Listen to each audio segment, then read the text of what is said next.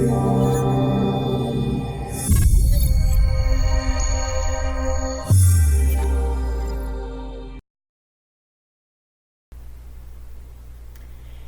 guys, it's your girl Keisha K with BitCraftWorks, and I am back with the second installment of our three-part series, Deities for Your Business.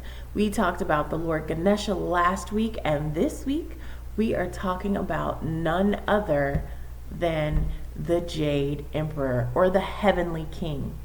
Now, I want to begin this by telling you all a little bit about his history. I'm old school, like I said. I got my notes here, so I'm going to be up and down yet again. Already got started with the glasses, so let's get started. His official name is the Supreme August Jade Emperor, and he's a supreme deity of the Chinese tradition. He governs the cosmos and resides in a magnificent palace high up in the heavens with his wife, with his ministers and officials, and he is a god that originated in ancient Chinese oral mythology. Now, he was incorporated into official Chinese religion in 1007 CE by the Emperor Shenzong of the Song dynasty. The emperor claimed that he'd actually seen the Jade Emperor in a dream, and therefore that is how they were. That's how he was incorporated into the official religion, because this emperor said that he'd had a visitation, and then they took it from being oral to official.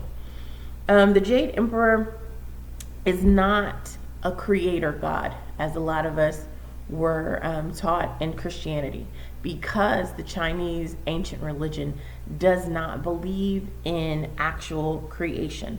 They don't, well, they believe in creation, but they don't attribute it to one particular deity. In their system of belief, they feel like it was a union of matter and a union of movement. And according to that, that's where the yin and yang came from. And it's an infinitely alternate to produce the 5 elements of metal, wood, water, fire, and earth.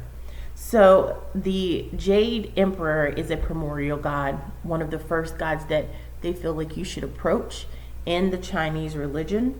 He is seen more of a human-like representation and a guardian of morality. The thing that I wanted to discuss about him that I haven't really, well, I had not really focused on until recently, was the fact that he was considered the Jade Emperor, not the ruby, not the diamond. Why jade? So jade in Chinese culture is a very revered stone. It is a reflection and a status symbol of goodness, of preciousness, and beauty. So to the Chinese, the jade stone is also an embodiment of Confucian type of virtues, such as courage and wisdom, modesty, justice, and compassion. So that just really gives you an idea of who the Jade Emperor is and where his backstory is coming from. So he's a heavenly king.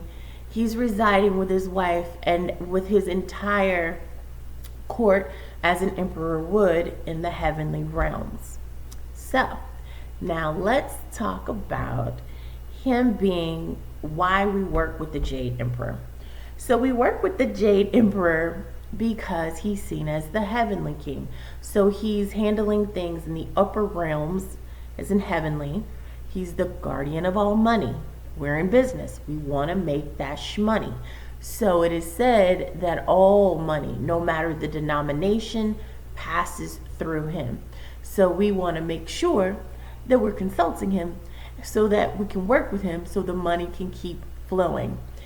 Remember that he's a king, he's an emperor. So when you think of an emperor, there are attributes that you think. You think wise, you think very like honorable and moral, and someone who is good with decision making, someone who is able to plan wars as well as feed their people. And so being an emperor and being someone who is over an entire court, an entire country, an entire culture, he has to have those attributes of a good businessman. And those are the attributes that we want in our business. So those are some of the reasons why we work with him. Now, as before, we said we were going to be discussing 3 deities in this series. We talked about Lord Ganesha last week. We're talking about the Jade Emperor this week. And next week, Papa Legba. So that's just a reminder. Today, we're also on the Jade Emperor. So let's talk about the Jade Emperor and how he is considered to be the guardian of all money. Now, as the guardian of all money, we can find him from the Taoist tradition. So when you look at the Taoist tradition, you look at that's where he's coming from. A very peaceful people, a people in a religion or a belief system. If I said that wrong, count it to my head and not to my heart. They are taught from thousands of years. It's a very old tradition. And so just remember that this is where it's coming from. The very belief in balance, in peace, in harmony, in strength, and honesty and morality. So that's where he is coming from. Now, we're going to talk about his altar and how you can actually set up an altar for him. Now, I'm not sure if you want to go this elaborate.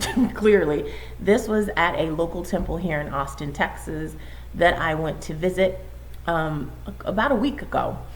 And I actually went to visit the temple because I knew there was a large, as you can see, shrine to the Jade Emperor here. And I just wanted to pay my respects and ask for his blessing on this episode of the series so that we can actually utilize his energy. And those are the types of things that the altar will help you to do, is to be able to convert that energy into what you need. So how to set up the altar. Clearly, it does not have to be this elaborate. This was in a whole temple. Here is a much more simplistic version. It's similar to mine, except for in my altar, I don't have a statue, I have a photo. Now, they say in the Taoist tradition, in order to set up a proper altar for him, his deity, statue, or photo must be consecrated. So you have to pray over it and ask for blessings that it embody the attributes of, although we don't believe that they live in these things, but that the essence and the energy will come through. So when you're praying with or working with, because most of us are Westerners, and so we're having to take a Western approach to a very ancient and respected deity and religion, and we don't want to offend. So here are just a couple of things to follow. Since he is a heavenly deity, they must always be in odd numbers, 1, 3, and 5. So you can actually sit him on the altar alone, and then after you've done that, you place him in the middle. And after you've placed him in the middle, you have lighting stands or lamps that look like candles. As you can see here, they have the 2 candles on the candle stands. I have the flick on, flick off like candles that are look like candles, but they're not. You want to put one on each side, one on the left end and on the right end of the altar, and they should be switched on for 24 hours a day. When home, the office lights are switched off, but I leave mine on because they're battery operated, so it's not like it's fire and I got to worry about it. If the battery dies, I replace it. The next you want to do is you want to place your incense urn to the right, front, and middle. Now, if you look at that picture, it's the little gold thing that's in front of the white vase. So you want to put your urn in the right, in front, and middle of your altar. So when you're facing the altar, you want to make sure the incense urn doesn't cover the body or face of this deity. You want to then add a wooden block below the deity statue, or in my case, I have a little wooden block underneath the photo because you want him raised above all the things that are on the altar. So in the Taoist way, when they pray to the deity, in our case, we're not praying to the deity, we're working with his energy, they use joss sticks. Now, joss sticks are simply incense sticks, and you again want to use them in an odd number because it's a heavenly deity. So you can burn 1, 3, or 5 at a time. So that's basically how you would set up his altar. It's really not complicated. Of course, I also add fruit, oranges, apples, things that don't go bad as quickly, because I do the same thing for my ancestor altar. So whatever fruit that you set on his altar, in their tradition, you can eat the fruit after it's been offered. I don't normally consume anything that has been offered to either my ancestors or a deity, so I'm just going to follow that rule all the way through. But it is said in Taoist tradition that that is okay. So if you decide to bite into the apple, have a little orange afterwards, you definitely can. So let's talk about him being the money man and all money flowing through him, why he is on joss paper. What is joss paper? And why does it have hell money on it? And you know what? I think I forgot to grab some. So you guys hold on 2 seconds. I'm going to go grab some because it's right here in my kitchen. Just 1 second. I'll be right back with you.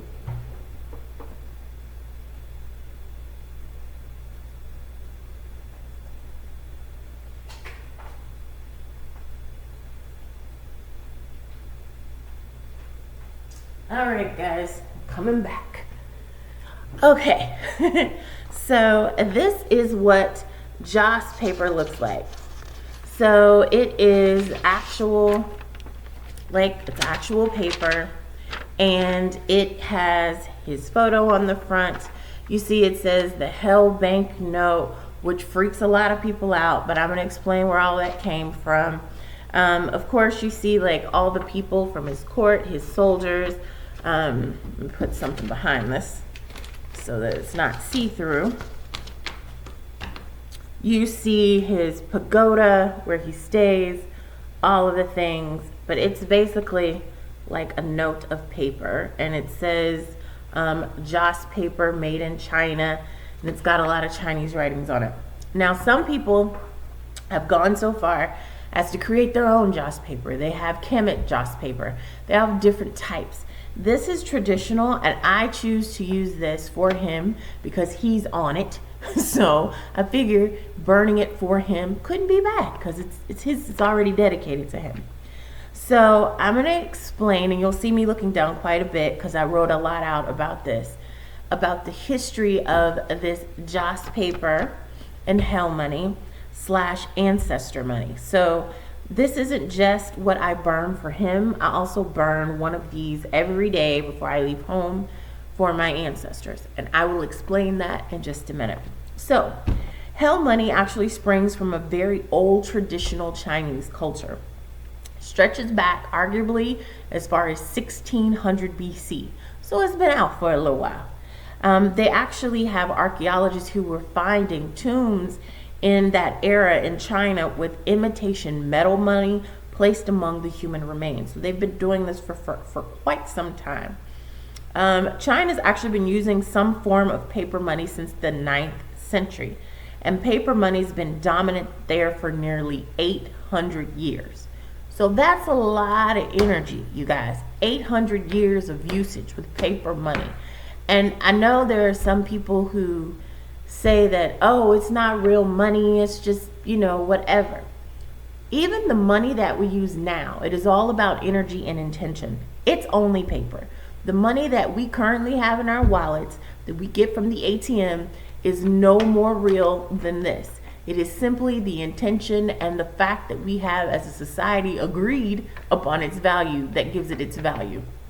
So it's the same thing with joss paper, with ancestor money, whatever you want to call it, hell money, is that it's whatever you agree that it's worth, and if you think that it's going to work, it works. So what has happened is the joss paper copies of this money have been burned at funerals and graves for almost as long as it's been in existence. And some people still prefer to use this form of spirit cash in paying their respects to today, which is what I do.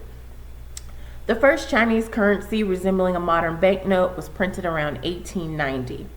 So the hell money, quote unquote, that title totally freaks people out. But this is where that name came from. Back in the day when the Christian missionaries were trying to convert them, and due to the language barrier, the Chinese at the time assumed that hell meant afterlife.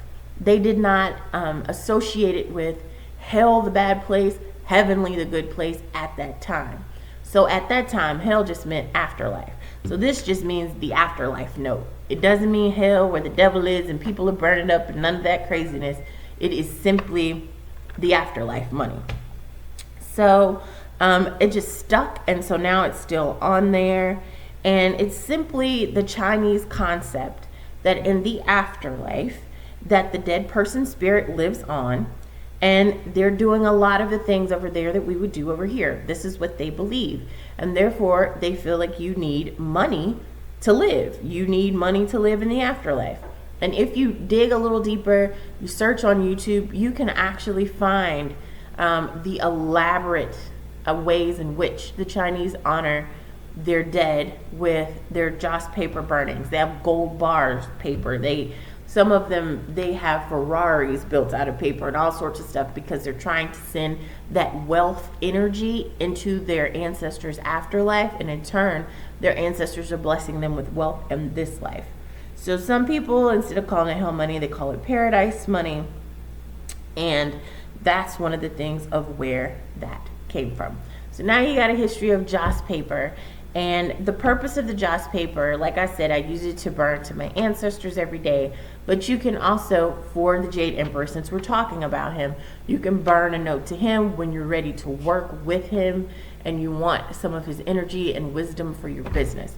So grab one, light it up, use fire safety. I burn mine outside because I have super sensitive fire alarms. So I have a little cauldron or a little bowl kiln outside, and I just step outside, I say my prayer, and I burn it. If you're interested in the particular prayer, it's nothing elaborate. It's just something that I came up with, and I feel like if you come up with your own intentional saying, it doesn't have to be a prayer because we're not worshiping anything here. We're just working with it. But if you set your own intentional saying, then I feel like it'll be more personal and more powerful. So how and when to work with the Jade Emperor. So you got the altar set up. You're not scared about hell money no more because it just means afterlife. You know that he is the heavenly king and that he is a benevolent, uplifted, and enlightened being, and that he is here to help. And so now we need to know how and when to work with him.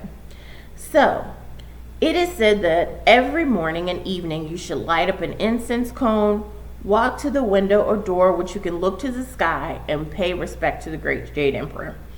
And then after that, you walk back to the altar, pay respect, say your wishes to him at the altar. Well, this just works out for me because I'm burning it outside anyway. So you can do that, or you can do like I do, take one of these outside, burn it, look up at the sky, say whatever I need for that day, and then you can keep it pushing. It says on the 1st and the 15th of every month, you can put 3 small teacups and pour Chinese tea into them as offerings, or you can do fruit. Again, remember your numbers are odd because that's what it is, 1, 3, or 5. 1 apple, 1 orange, 3 apples, 3 oranges, however you decide to do that. And then you can eat the fruit. They say you can eat it, so feel free to enjoy some fruit afterwards. And then after the incense sticks are almost finished burning, then you burn your paper to the deity.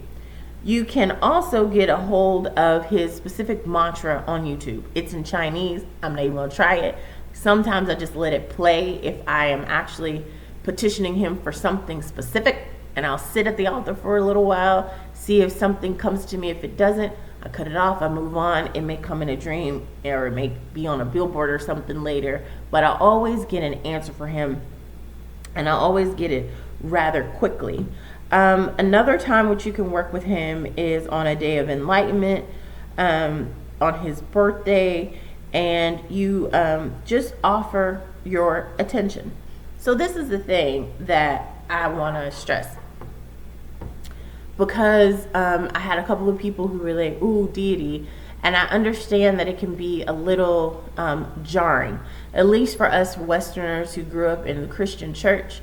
So like I said before, it's demystifying a deity. A deity is specific, just an energy, and we are energy. The whole world is made up of energy and intention.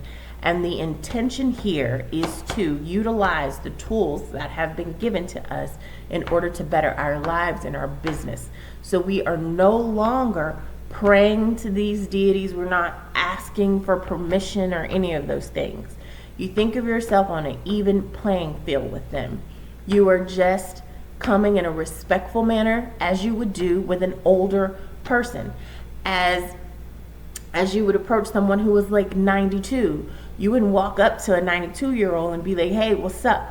No, you'd be like, hi, Miss Johnson, it's so good to see you. And it's not like Miss Johnson's better than you, but Miss Johnson's been around way longer than you, and she deserves some respect. So you approach her with such. And it's the same thing with the Jade Emperor, the Lord Ganesha, Papa Legba, any of these deities that you work with.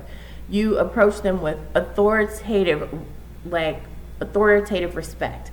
Not in a low and humble, oh, woe is me. No, it's, hi, this is what I need. I respect you for what you have to offer. I am offering you this offering. I am offering you my intentional attention. I have given you a place in my home, and I want you to know that I respect you. And in turn, at this time, I would like for you to give me some of your energy to handle whatever. Now, this is something that you won't find anywhere else, but it's something that has worked for me without fail every time I've done it. It was something that was a download for me to do, and I've done it, and it works.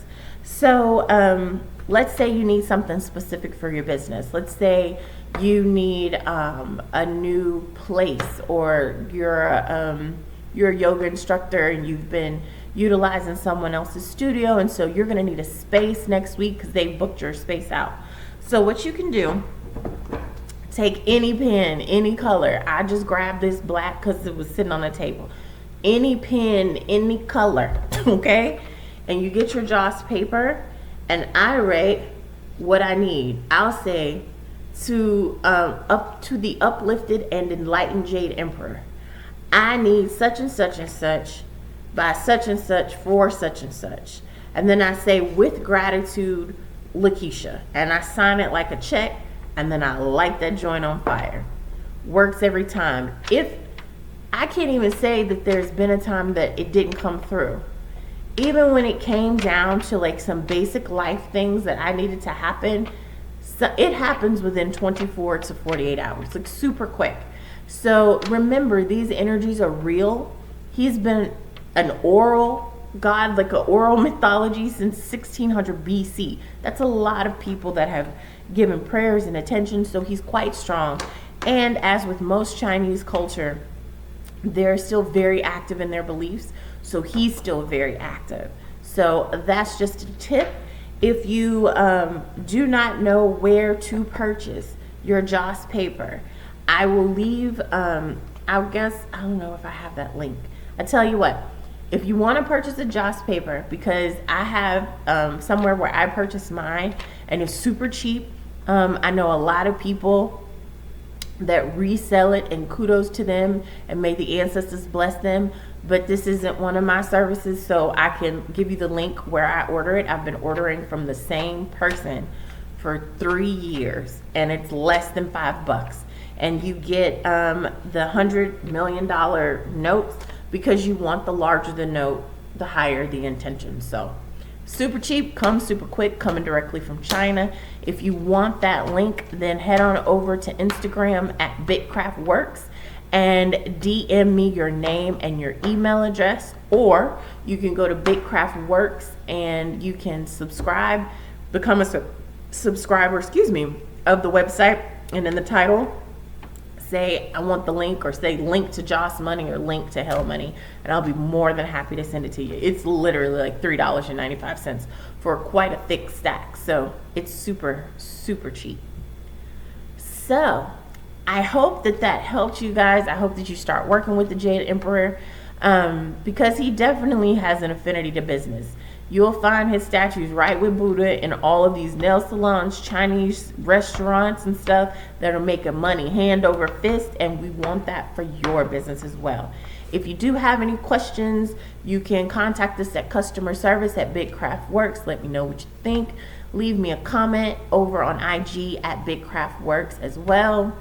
And don't forget, we have our business alchemy boxes going out in this month, and they will be in hand by October the 31st, and we're giving one away. I mean, heck, I love October. My birthday's in October, so I'm giving one away. All you have to do is go to IG, follow us at Big Craft Works, and tag 2 friends in one of the giveaway posts, and we're going to be making the announcement on October the 10th. I hope you guys enjoyed this video. I will see you back here next Thursday for us to finish out this series with Papa Legba. Have a good night, guys.